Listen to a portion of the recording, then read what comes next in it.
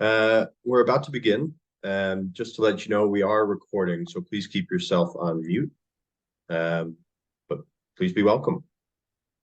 Before we get into today, where we're going to talk about effective communication and fluency gaps, where language and intercultural competence and DEI efforts meet. But first, I'll introduce our hosts, our presenters. We have Virginia Nielsen-Griffith, who's been with BBI and / Language Partners for 2012 as a language trainer and language development officer. She's also worked as a English language trainer for 13 years. And then we have Laura Weller. She's an intercultural business consultant, and she's lived in 9 different countries, including Korea, Russia, Singapore, and Sweden. And she's been working as an intercultural trainer since 2003. A little bit about us. Language Partners and BBI merged last year. We have over 30 years of experience working to enable diverse teams and over 50 years working to develop language and communication skills. Through our offices in Finland, the Netherlands, Sweden, and Spain, as well as our global network of consultants, we work to support clients in areas such as language and communication, global mobility, international organizations, culturally diverse teams, and intercultural leadership. We strongly believe in both the relevance and importance found within the mix of intercultural competence and language and communication skills. When combined, teams can achieve increased success and sustained success. In the first webinar of this series, we've covered the changes impacting the business world, specifically in Europe. We established why diversity is not only increasing, but should be embraced, and as well as how that creates benefits for each individual, team, and organization.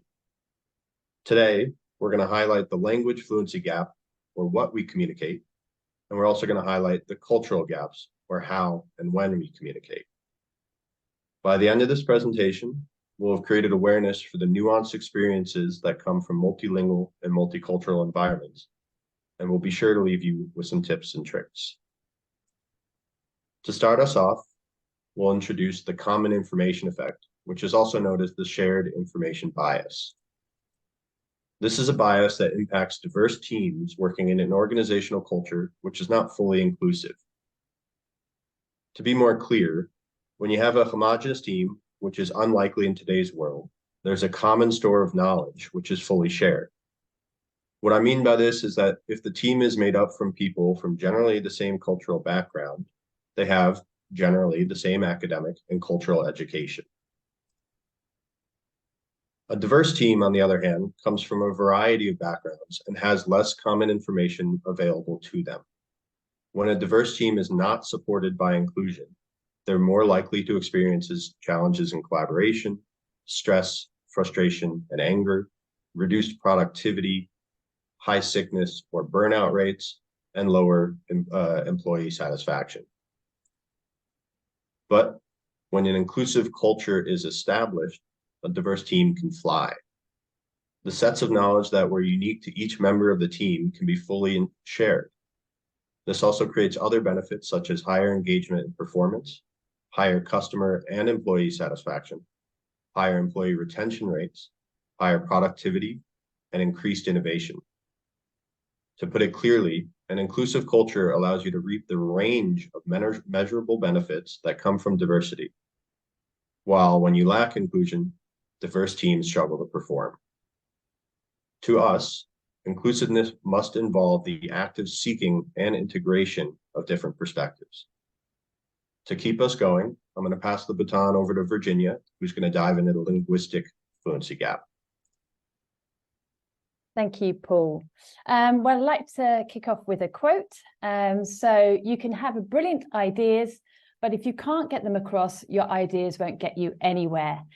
And this quote is from Lee Iacocca, the former president of Ford. And I think basically what he's trying to say is if people aren't understood, or if they don't feel they can communicate and actively participate, then this is going to have a detrimental effect on themselves.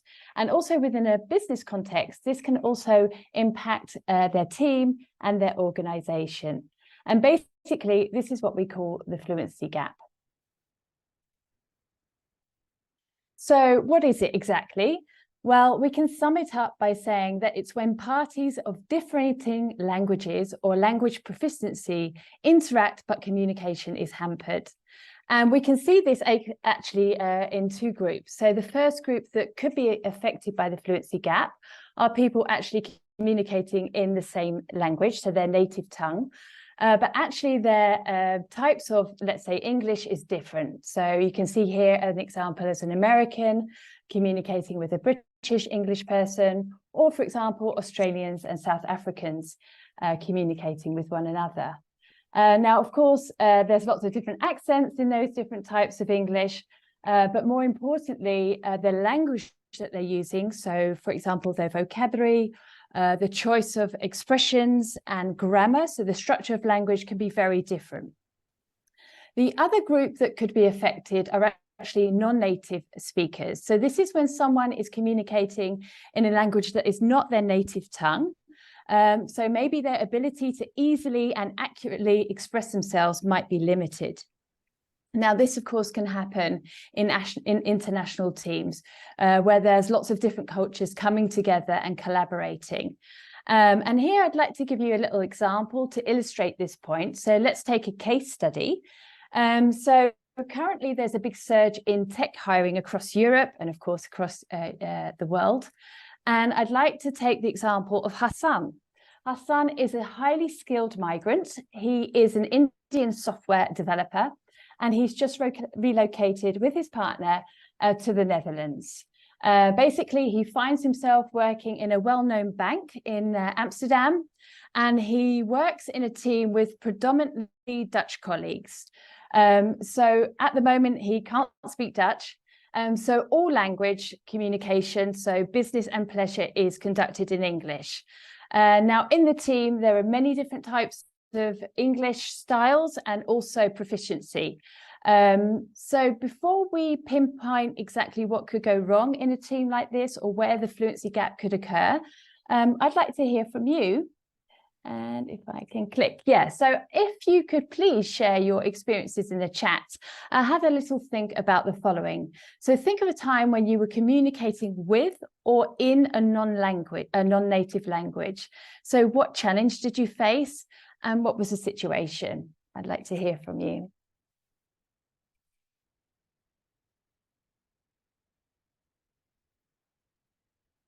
So perhaps in the past, you've had to communicate with others in a different language, and or maybe in outside of a business context as well.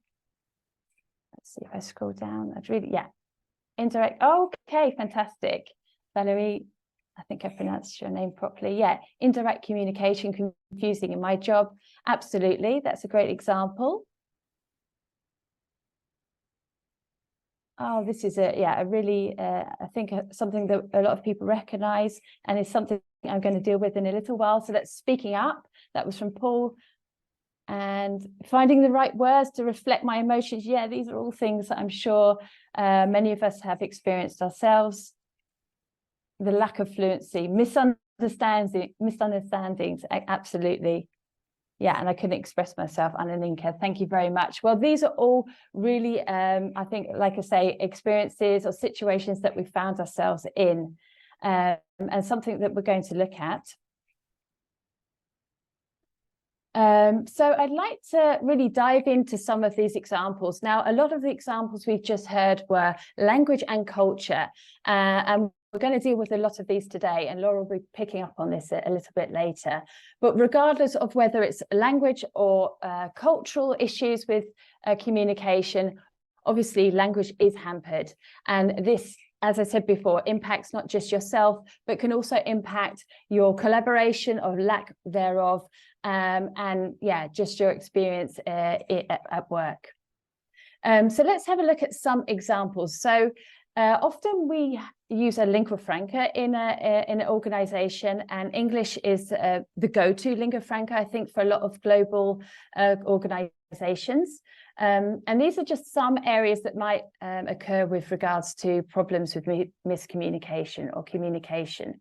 So the first one you can see there is actually an issue with language, with vocabulary. So back to our example of Hassan, our Indian software developer.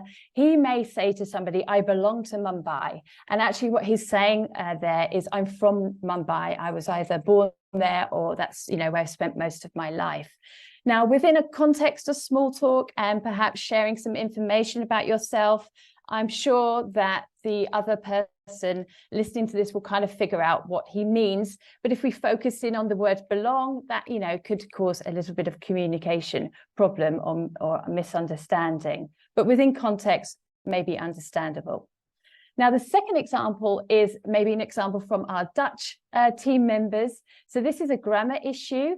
We can see there the word send, and actually we would either use send in the present or the future tense. I will send the report tomorrow, or with a T, sent, and hopefully you can hear the difference in my pronunciation there. I sent it yesterday.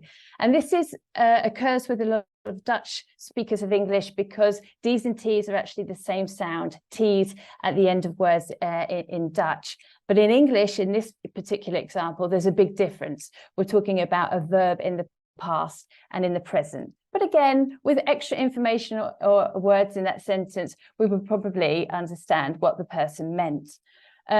These are quite simple examples, and it could get more complex than this.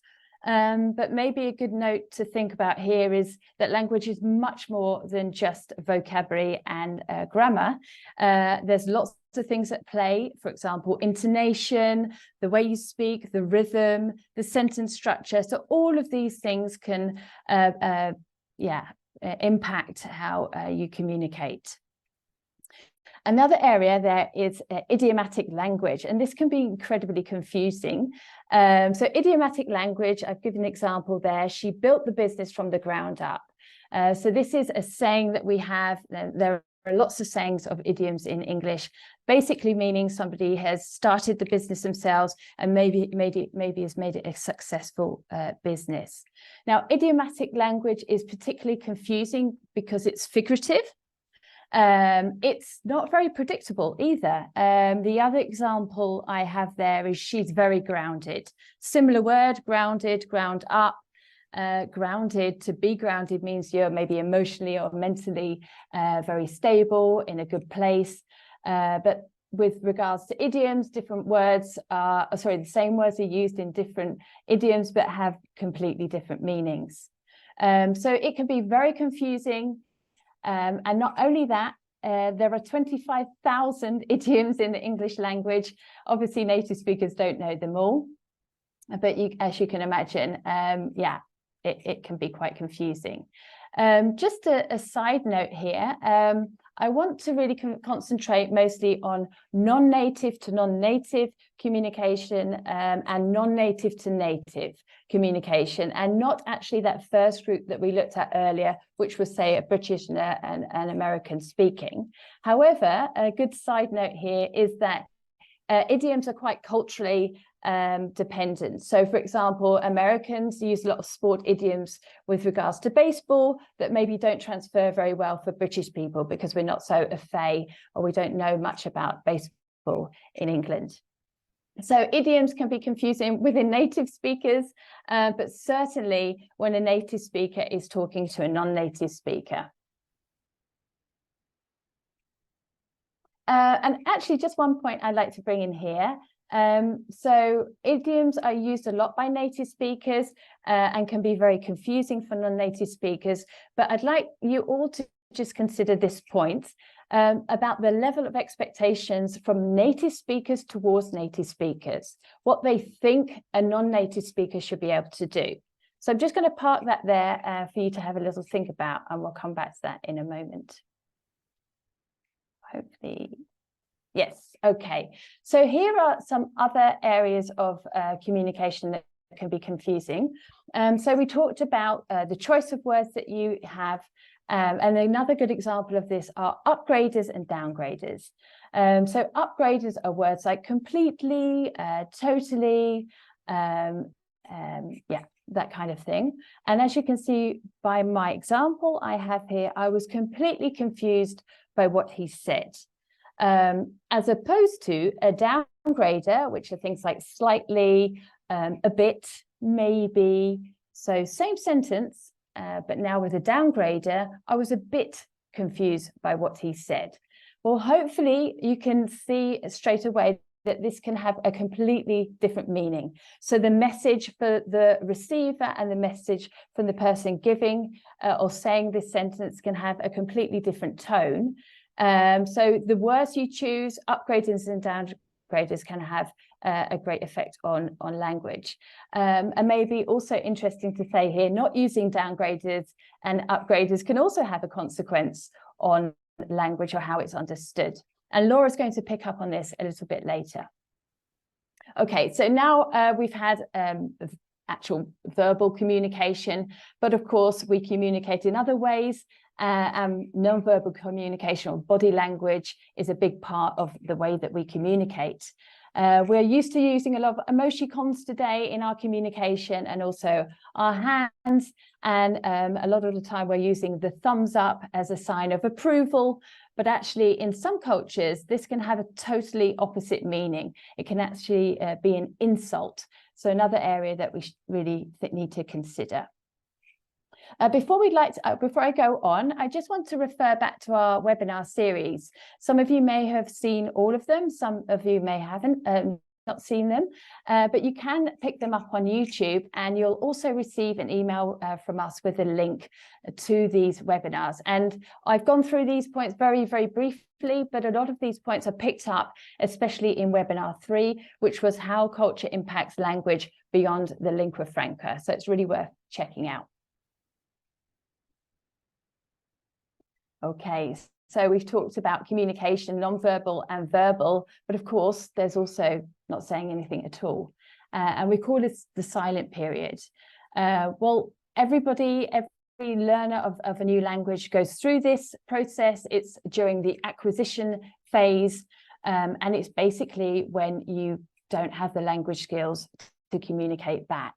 So there is either no communication or very little communication.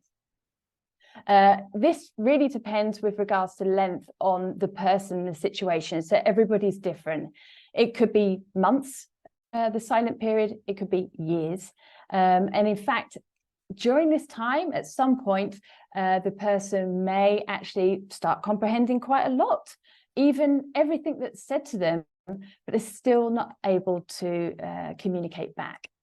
Well, as you can imagine, this can have a huge effect on an individual's performance at work and their participation in the team. So going back to our quote at the beginning, you can have brilliant ideas, but if you can't get them across, your ideas won't get you anywhere. We'll really think about all the missed opportunities to share invaluable insights and valid opinions. So obviously, with the right training and guidance, we can reduce this silent period by increasing people's language skills, but there's much more at play than just simply your language skills or proficiency. There's things like just fear. There's also the cultural aspect. So what's appropriate behavior or inappropriate behavior.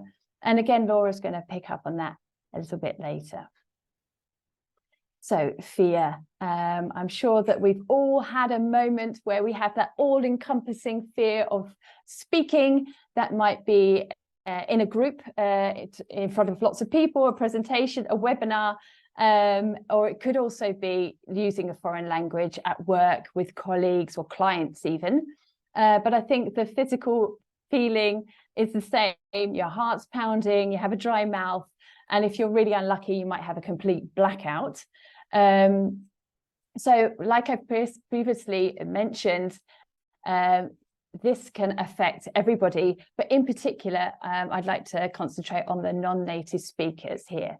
So let's have a little look at this interaction between a non-native speaker, the lady on the left, and a native speaker, the lady on the right. So she's asked her team member to express her opinion on something, and she replies, I not agree with this because I think, yeah, and then she kind of stops. So obviously there's a slight grammar issue with the first sentence, but that doesn't matter. It's clear that she doesn't agree. More importantly, she can't say why. Let's have a look at the reaction of the native speaker. Well, so are you on board or not? Quite quick, quite snappy, maybe very direct, quick response. And naturally, this can create something called the foreign language anxiety, where people just close down and can't communicate at all. This is also an idiomatic expression. So even that question of, are you on board, might not even be understood or perceived correctly. So earlier, I mentioned about the native speaker and non-native speaker aspects, and this is what I really want everybody to think about now. So you might be the non-native speaker communicating a foreign language, but perhaps you're the native speaker communicating in the language, the lingua franca. And I think it's really important to consider here that there's a shared responsibility. So until now, we've looked at different areas that a non-native speaker or problems they may come across, and with language training and development and lots of will and effort, maybe they can increase their language skills, but it's also the responsibility of the native speakers as well. And these are some areas I think are important to think about. So if you're a native speaker, make speech adjustments. Think about the speed and the intonation, how fast you're speaking, what you're saying. Also think about the words and the phrases that you use. So we talked about idiomatic language. Are they understandable? Don't dominate the conversation. It might feel like if there's long silences or somebody's not really getting their words out correctly, that you just want to jump in and talk for them. But don't do that. Try to give them the time and space to communicate what they want to say. Another point is to practice active listening. And what I mean by that is really listen to what they're saying. Don't interrupt them. And if you still can't really understand what they're saying, ask for clarification. Give them a chance to rephrase and try again. And lastly, but obviously not least, is empathy. Or to empathize. Actually, that should be number one. Think about what it's like to learn a second language or to communicate in a second language. Perhaps some of you have had a chance to do that. Perhaps you haven't. I would suggest giving it a go because it's quite tough. Oh.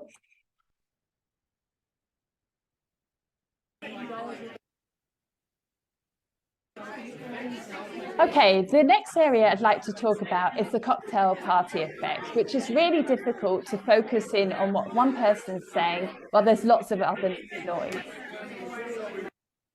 Okay, that might have been a bit irritating, but I was trying to demonstrate my point here. So you might have guessed that the cocktail party effect is basically when there's lots of background noise. So you're trying to focus in on what somebody's saying, where there's lots of other stimuli or noise that you're trying to filter out. When you're everybody has a situation like this. At some point, it could be, by the way, not just a cocktail party, it could be a meeting, a conference, a business lunch. And doing it in your native language is easier. You're used to the sounds, you can focus in more on those sounds. But again, if you're a non-native speaker and you're focusing in on a foreign language, it can be extra difficult and hard to do. So naturally, again, with development, developing your listening skills and practice as a non-native speaker, you can fine-tune these skills. But again, non-native speakers really consider how challenging these kind of situations are. Okay, so I've given you lots of areas or things to think about from both parties, non-native and native. But maybe we need to actually think of some tips. Oops, jumping around. Maybe we need to think of some tips with regards to how to deal with these situations. So you need to enable a structured conversation. And what I mean by that is talk to your team. If you're a manager and you have different people in your team who are communicating in a foreign language, ask them what they need. Make sure that they have the tools that they need to be able to express themselves and be their authentic self. and contribute, most importantly. Well, we've spoken about native speakers making adjustments. That's what we've just mentioned. And non-native speakers, just dare to talk, you know, ask questions, find a way of speaking up. And if you are finding difficulties expressing yourself or clarifying what you're saying, learn some clarifying phrases. That might help as well. And the last point is preparation. So preparation is key. So again, if you're a manager or a team lead, you might want to give some opportunities for non-natives to prepare. This could be sending in agenda meetings around beforehand, so they have time to figure out some phrases or think about what they want to say. It could be if you're a chair in a meeting, to make sure that you draw everybody in and that everybody can participate and contribute to the meeting, maybe more time as well for a meeting. And basically, yeah, just giving everybody the opportunity to be able to prepare sufficiently. You can also do this with your colleagues. You don't have to be a manager, of course. So I think we can agree that applying these tips and tricks will really help build rapport among your team. And after all, you know, bonds can only be fostered and strengthened within a team when individuals can understand others and make themselves understood. And then communication is transparent. Well, let's put language into the context of culture now. So I'm going to hand over to Laura.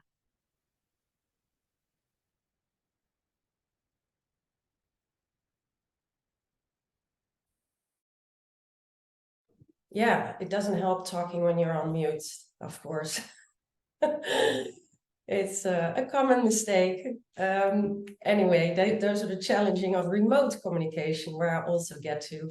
Thanks, Virginia, for that interesting bit on language. And of course, so let me first check if I'm indeed able to move through the slides, because that's sometimes, yeah. So that's great. So we are talking about vocabulary, about language, about grammar, how to use it. But let's also see it's important, not only what is said, but when it is said and how it is said, and maybe even what is not said. And that's why it's important to know also the cultural context. The impact of the communication style and context in global business. And also I will end with some tips and tricks on how to integrate and use that knowledge. And I think a very famous example is the yes, especially when dealing with, working with colleagues from Asia, working with colleagues from Africa. You ask, can you finish this report by Friday? You get a yes, but at the end of the week, it's not finished. And so why did they say yes then? So we've, I think maybe we've all experienced working internationally that sometimes a yes can mean different things, and especially for the Dutchies among us in the audience, who are very direct and where we literally say what we think. A yes would mean, yes, I do it, but yes can also mean, I'll do my best. Yes, I respect you. Yes, I've heard you.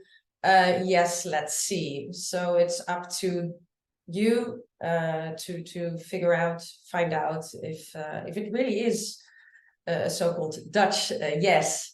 So I would like to do a small exercise where all of you whose first name starts with a letter between A and L, you're in group 1. And all of you whose first name starts with a letter between M and Z, you're in group 2. So remember that, and I'll ask you in turn to close your eyes and look at the screen, and you just follow my instructions. So please, if you can all close your eyes now, everyone close your eyes. And remember, group 1 is A to L, group 2 is M to Z. Everyone close their eyes. Now, group 1, A to L, please open your eyes, look at the screen, and close your eyes again. everyone close their eyes. Everyone close. Now, group 2, please open your eyes and look at the screen. Okay, everyone close your eyes. Both groups, close your eyes. Now I would like you to everyone can open the eyes and look at what you see here in front of you. And please put in the chat in 1 or 2 words, what did you see?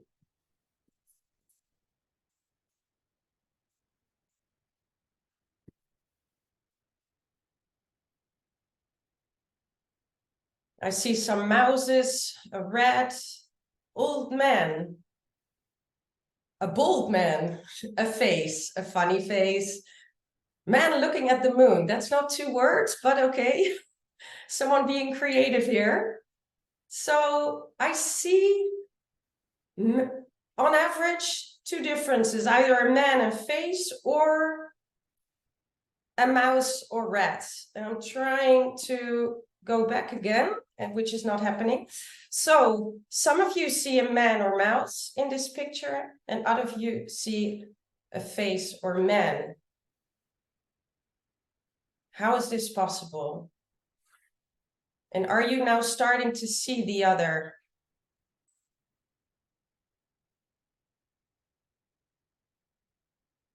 Who is seeing? Yes, some people are seeing both. So how come some of you see man mouse, of a man face, others see a mouse rat?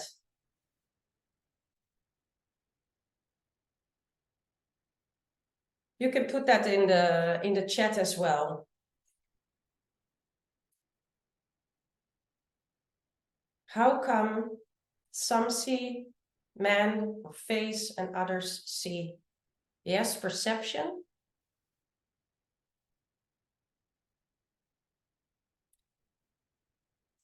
I can't see the chat box. I do see pop-up answers, but I don't know, Paul, if you can help me get access to. Well, it's not too bad. I see, okay, different perceptions, a longer staring. Well, if we would make a division, you would notice that group 1 mainly sees the man and group 2 mainly sees the rat. And what did I do? Of course, I tricked you and showed you different pictures. So group 1, I showed you the complete left picture at first. And group 2, I showed you the picture on the very right at first. And then I showed the combination in the middle. So I was able to prime or program you in just 10 seconds to see the world a certain way. And how does this link to culture?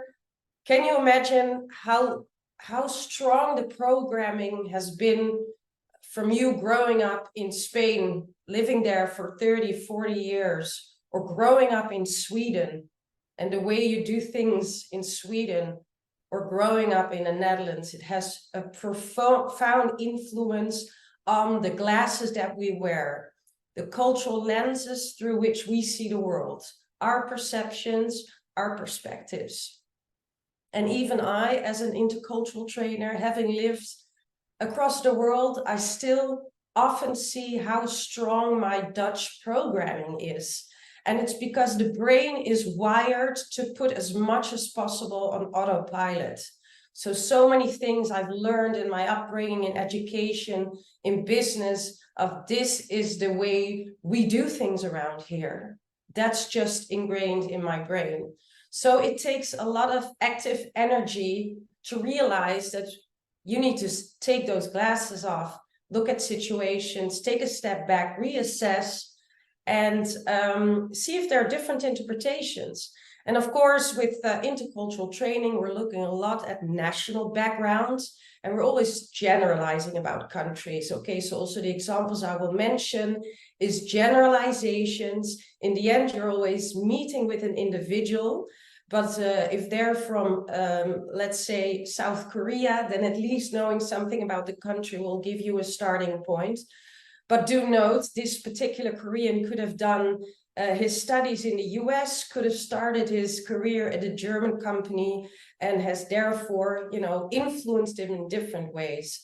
So when we look at inclusion in companies, diversity and inclusion, of course, we also look at all those other aspects, because they have also influenced the way we see the world. So you in the middle, you bring your perspective to the world with all that you've experienced. And I think one of the nicest definitions of inclusion, especially regarding cultural diversity, is, as Paul said before, actively seeking different perspectives and integrating those.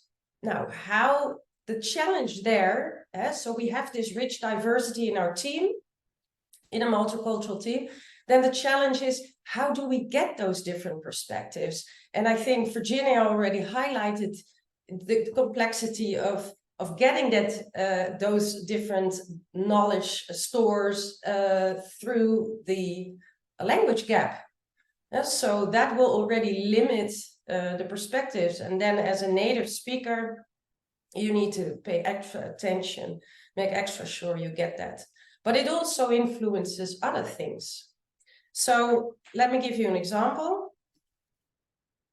Some of you, and I think it's also been in another webinar, already know about the double iceberg, the single iceberg portrayment of culture, where what we see above water is often where we judge the book by its cover. That's some of those things are very obvious, different food, different clothes, different buildings, but it's also behavior we see. We see people bowing when they greet, but we also could see potentially people being silent, and we wrongly we can misinterpret that. So when I was working for a Norwegian energy company, I had a Brazilian expat in the group who said, back in Brazil, so this Brazilian expat came to Oslo for a few years to work at the head office, and said back in Brazil, it's normal that when we have a meeting, we only speak up and we only give our ideas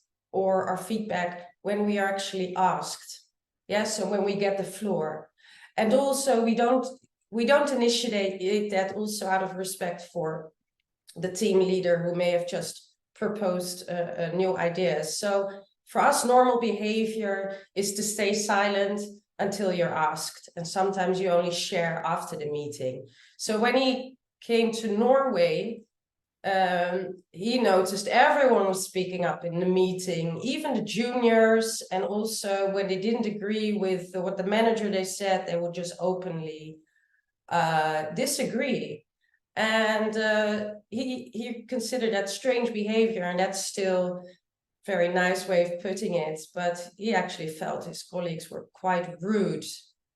That was an interpretation of Norwegian behavior from his own values and beliefs underneath the water, which he didn't really realize until he started talking to his colleagues about it. At first, his Norwegian colleagues, who considered this very normal, they were saying amongst themselves about the Brazilian expat, why is he not speaking up? Did we hire the right man for the job? Does he not know? Doesn't he have any ideas? So you see where here the misinterpretation takes place from both sides. So it takes mutual understanding to get all the perspectives in the room. And of course, in this case, Carlos was his name, was in Oslo. So he wanted to adapt more to the style there, and also learned the advantages of that, and gradually felt more comfortable because others were doing it, to talk in the meeting. And he said, I still don't know if I'm doing it right. I sometimes even feel that I'm talking too much. But if those Norwegian colleagues would go to Brazil, they may also wait for moments to share their perspectives, especially when the team leader is present. So it's a matter of getting access to that diverse knowledge store that Paul was talking about. So I think this slide was also shared by Christina in webinar 3. Here, Carlos is not speaking up during a meeting, and you with your own Dutch or Spanish or Swedish or Korean glasses on, you could misinterpret this potentially. What could be other reasons? Silence can even be, I agree with what you're saying. I'd rather listen and speak, and also notice that some of the things here are cultural reasons, but don't forget there can also be personal reasons. And if we look at that inclusion activities at companies, neurodiversity is also more and more involved, where you think about the impact of being a more introvert person or extrovert can also influence if people speak up or not. So I don't agree with what you're saying. That could be the case in a Korean setting.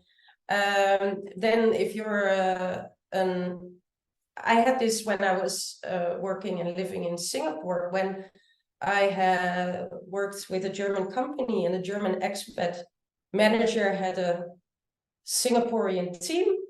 And he found out, and he shared this during one of our sessions, that he just really had a hard time getting ideas from the team above the table, as we say in Dutch. So it was just more normal in Singaporean cultural context to, respect authority, respect the hierarchy, and not speak up, especially when it's negative, in the group.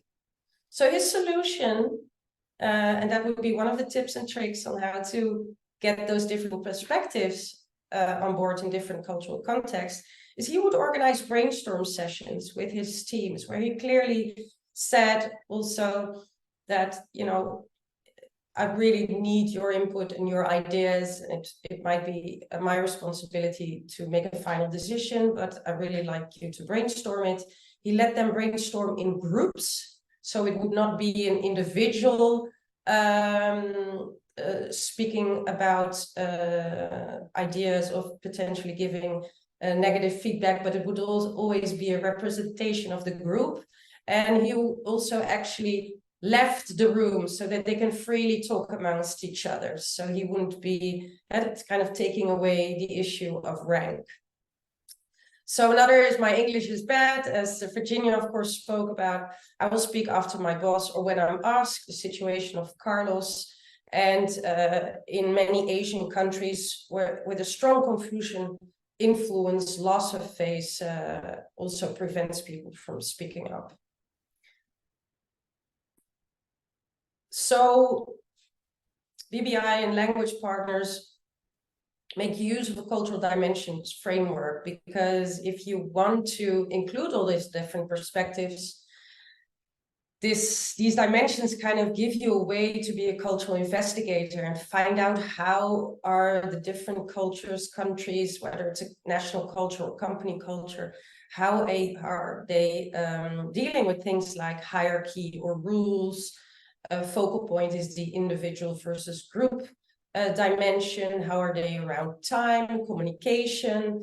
So we have a questionnaire that participants can fill out, and you can see their position on these dimensions. And I already briefly highlighted hierarchical distance, but I will show you also some country scores on that. And of course, go into communication, which is the indirect versus direct scale. So if you look at some of the country positions, and again, you may see some prizes, or you may not relate to your country necessarily, but this is based on a large database from people who completed the profile, and also people like Hofstede and Trompenaars investigations into these countries. But as you can see on the left side, short means very flat culture, and I mean, these countries here, Denmark, Finland, Netherlands, Sweden, are positioned on the same position, but I always thought that the Netherlands was had a very flat egalitarian structure until I moved to Sweden. I mean, we are very egalitarian, but Sweden even more. It's really the boss is one among others, very much consensus focused. So these are on the extreme side, and on the other extreme side, I can't see because my box is here. Yeah, so you can see also Brazil, like the example I gave from Carlos, Singapore, very hierarchical.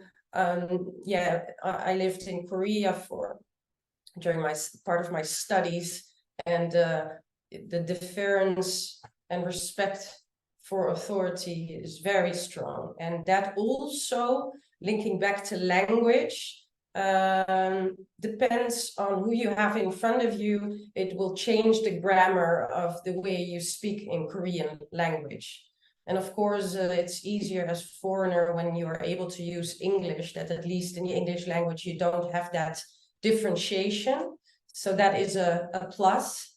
But I remember staying in a dormitory at the university campus, and I was one of the older girls in the dormitory, being a foreign student, and I was completely ignored by the Korean girls, the younger Korean girls. And there later, I thought, those Koreans aren't really a friendly bunch of people. But I found out through conversations with some Koreans who were quite good in English that because I was older, a certain respect had to be shown to me, and the girls were not able to express that in English. So status is sometimes also a way, how do you say, you can show status by your language. For instance, for the French, it's very important to be very eloquent in the way you speak and your vocabulary. So the step from also in the merger between Air France and KLM, Air France stuck to French quite long, also, especially at high level, also because the seniors were more able to express their knowledge and the nuance and their status in French language.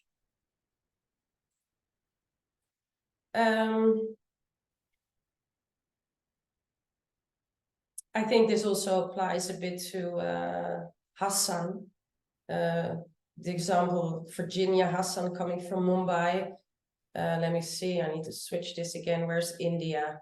Yeah, it's also quite hierarchical. So another challenge for Hassan would also to be comfortable enough or to make sure it's more like a one-on-one instead of a group session where the manager or seniors are present. Take away the rank, go to a more one-on-one setting to let him feel more comfortable to share any input. Okay, to introduce the next, let me also have a look at time. There you go, it goes faster than we know. So I just wanted to show you a short video. And again, a short video to introduce the final dimension that I want to show.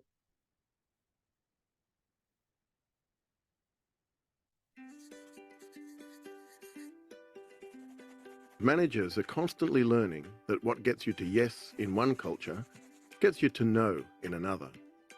First, you'll need to adapt the way you express disagreement. In some cultures, it's appropriate to say, "I totally disagree," or to tell the other party he's wrong. This is seen as part of a normal, healthy discussion. In other cultures, the same behavior would provoke anger and possibly an irreconcilable breakdown of the relationship. The key is to listen for verbal cues, specifically what experts call upgraders and downgraders. Upgraders strengthen your disagreement and are often used by Russians, Germans, Israelis, the French, and the Dutch. If your German counterpart says he completely disagrees, you may be on the verge of a highly enjoyable debate. Downgraders soften the disagreement. Mexicans, Thai, Peruvians, Ghanaians, and the Japanese use a lot of these. If a Peruvian you're negotiating with says he disagrees a little, it might actually mean that a serious problem is brewing. The British are masters of another type of downgrader, the deliberate understatement. To them, this is a polite way to deliver negative feedback, but to a very direct and unfiltered culture like the Dutch, these understatements lead to massive miscommunications. One of the most confounding aspects of international negotiations is that in some cultures the word yes may be used when the real meaning is no. From an Indonesian perspective, it's rude to say no to someone you respect. Instead, they may say, "We will try our best," to suggest they would like to do what you want, but it just isn't possible. In other cultures, no is the most frequent knee-jerk response, but it often means, let's discuss this further. By engaging all your senses and paying attention to tone and body language, you can usually tell when a yes feels more like a no, or vice versa. But the best way to avoid a misunderstanding is to simply avoid yes or no questions as much as possible. Instead of asking, "Will you do this?" try, "How long would it take you to get this done?" You'll negotiate more successfully by understanding these subtle messages and adapting your conversational style.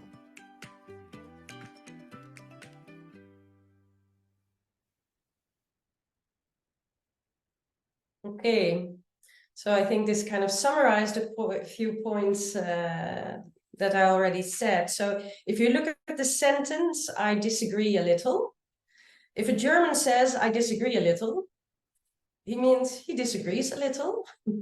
When a Peruvian says, "I disagree a little," they really completely disagree. And then a British will just say, "That's an interesting idea." So what is said needs to also be well interpreted. And that's another example of the yes and no. So again, I need to be able, So this has a lot to do with direct or indirect communication. Direct communication is what you want to say is mainly put in words. And the Dutch are really almost, I think, one of the most direct cultures. And this is something that when I have Dutch participants, I really emphasize and try to get them to add words to the sentences to become more indirect. Because what is the great thing about being direct is the message is clear, it's transparent. And what is great about more indirect communication, softer, and not necessarily everything is said in words, but also non-verbal behavior. Things are not said, you have to read between the lines. It's often done because group harmony is very important. So it maintains the relationship. So you want to combine both. You want to be clear, but you can also say it in a more friendly way, a little bit more going around, or like the hamburger technique from the Americans. So it's indirect cultures. You need to look also a lot at what is not being said, and then it's good to have more open questions. And so think about the situation of Indonesia, where it's really disrespectful to say no. If you say, "Can you have that finished by Friday?" They will say yes. Okay, so how can you really find out where they are in the process and what are, how do they see the timeline? You try asking, when do you think you can finish it? And then from that response, you can either imply or you can ask further questions and see what is really an appropriate timing and what is feasible for your Indonesian colleague. So to end, because I don't know why I'm not able to, some tips and tricks from my side as well. So remember, be aware of rank and hierarchy. Not every culture it's respectful to give your idea or feedback and perspective when senior management is present.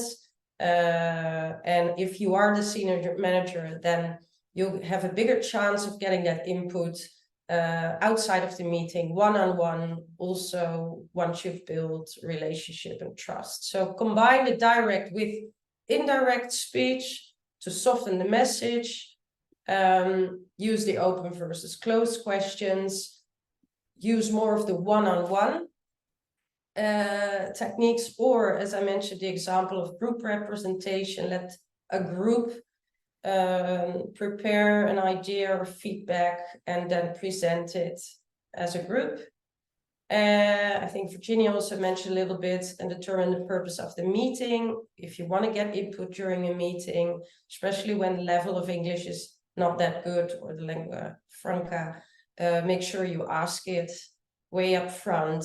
Make clear to the team members that they are requested to share how their department is doing, or that they're requested to share certain ideas, so they can properly prepare, and also prepare the language, the words that they're going to use for that. And be aware of the extra challenge in remote context, where we often lose out on the non-verbal behavior, and it's even more important to spend time on connecting with the team. So to also visit, of course, but also spend the remote meeting time to get to know each other and not make it only about business. So build relationships and trust with your team across borders. So that was just a quick snapshot of effect of culture. Wrapping it up, I will give the floor back to Paul. Thank you, Laura. So hopefully everything you've heard about the different ways we experience working in multicultural environments has helped you gain an awareness about how impactful diversity and inclusion can be, and how impactful just having conversations with one another can be. If you're ready to start enabling your team and developing your inclusive culture, then we can help. Let's talk. The email you see on the bottom of the screen is for Cynthia. She's our commercial director. There's also this QR code that you can use to get to our contact page. Also, sometime in the next week or so, we'll be reaching out with a recap of this webinar, the webinar series, and an offer for your consideration. And that brings us to the end of the presentation today. So we will now take your questions, and I'll bring the QR code back up on the screen shortly. If you do have any questions, please write them in the chat, and we'll make sure to get to you.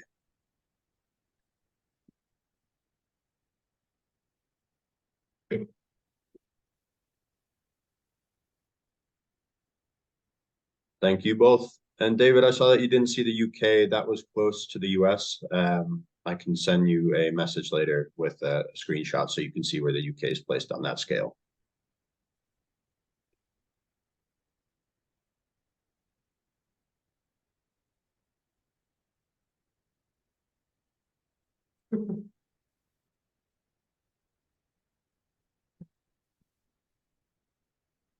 Thank you, Isabella and Hani.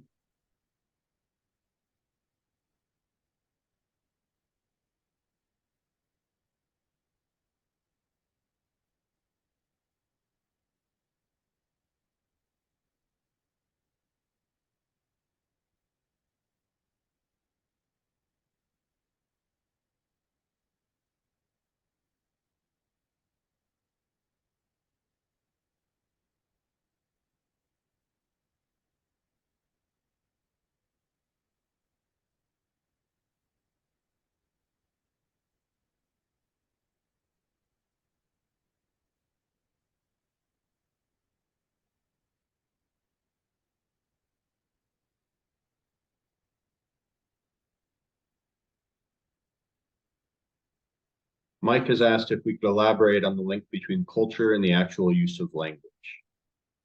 Do either of our presenters want to tackle that? Otherwise, I can offer an answer.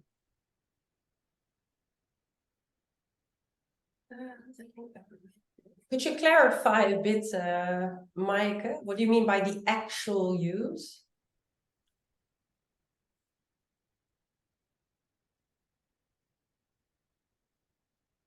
Yeah, perhaps we looked a little bit at the types of language. So the upgraders and downgraders was a good example of that. The choice of language that you use that has a big impact on, or comes from a cultural perspective. Hierarchy. Yeah, Yeah, exactly. so the actual use of languages, that was the example that I gave for Korea. When you have a senior and a junior, the senior will use different kinds of language, different vocabulary, not just vocabulary, grammar to the junior, and the junior vice versa. Also, the junior will speak less.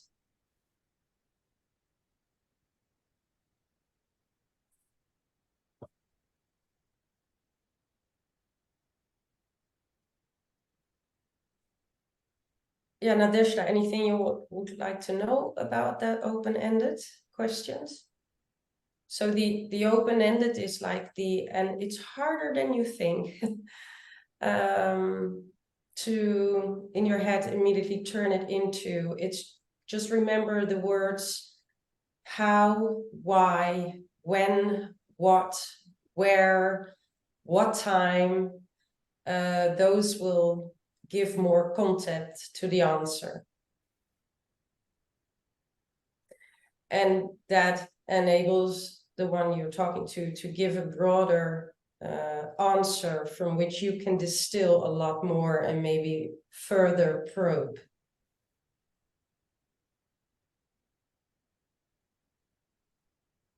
Maybe one thing I could just add, I saw on the chat earlier the mention of humor, which was something that we didn't bring into this webinar yet. Laura, maybe have you got anything to say about humor and how that's perceived?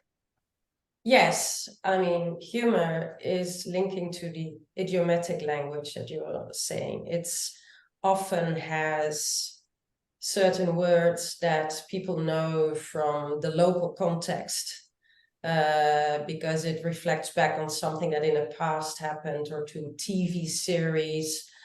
So some jokes for that reason already go over people's head, but they can be felt as an insult in some cultures. I'd say humor is always something to try to steer clear of when you are first encountering new intercultural international stakeholders, especially, you know, the bit of British sarcasm, Dutch sarcasm, which we find maybe the Dutch and the English can find, they can relate both to that, but you need to be careful.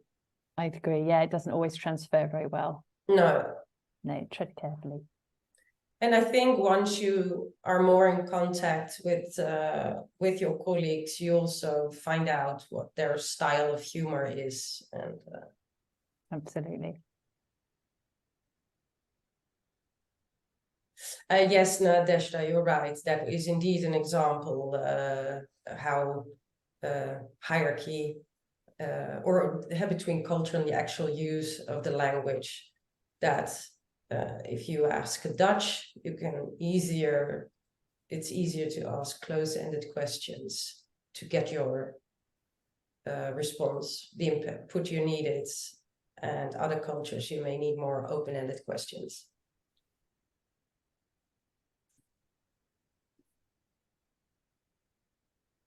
Thank you very much, everybody. If there's no other questions, I think we'll end here for today.